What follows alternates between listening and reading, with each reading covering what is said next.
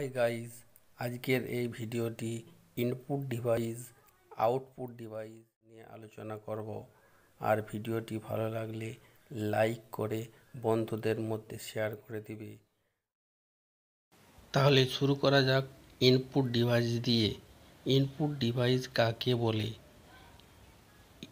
কম্পিউটারের যে অংশগুলির মধ্য দিয়ে আমরা কম্পিউটারকে তথ্য দিয়ে থাকি বা কম্পিউটার যে অংশগুলি থেকে তথ্য গ্রহণ করে সেই অংশগুলিকে ইনপুট ডিভাইস বলে।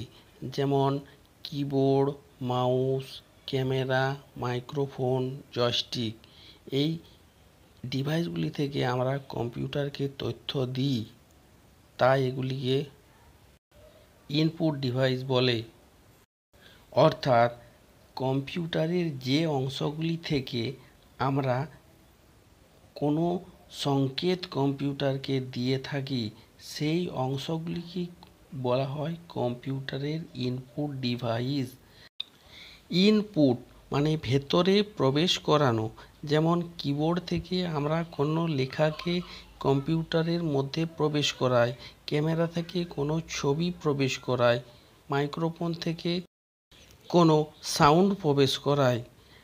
তাই এই সমস্ত ডিভাইসকে ইনপুট ডিভাইস বলে, কারণ এগুলি থেকে আমরা কম্পিউটারকে কোনো তথ্য বা সংকেত দিয়ে থাকি।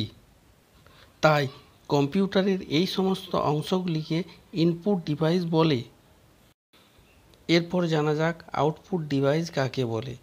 কম্পিউটার যে অংশগুলির মধ্যে দিয়ে ফল বা ফলাফল প্রকাশ করে কম্পিউটারের সেই সমস্ত অংশগুলিকে আউটপুট ডিভাইস বলে।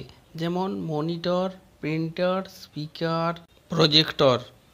এগুলি থেকে কম্পিউটার কোনো তথ্য আমাদেরকে দেয়, তাই এগুলিকে আউটপুট ডিভাইস বলে। আউট মানে বেরিয়ে আসা, অর্থাৎ কম্পিউটারের যে অংশগুলি থেকে কোনো সংকেত বা তথ্য বেরিয়ে আসে সেই অংশগুলিকে বলা হয় কম্পিউটারের আউটপুট ডিভাইস।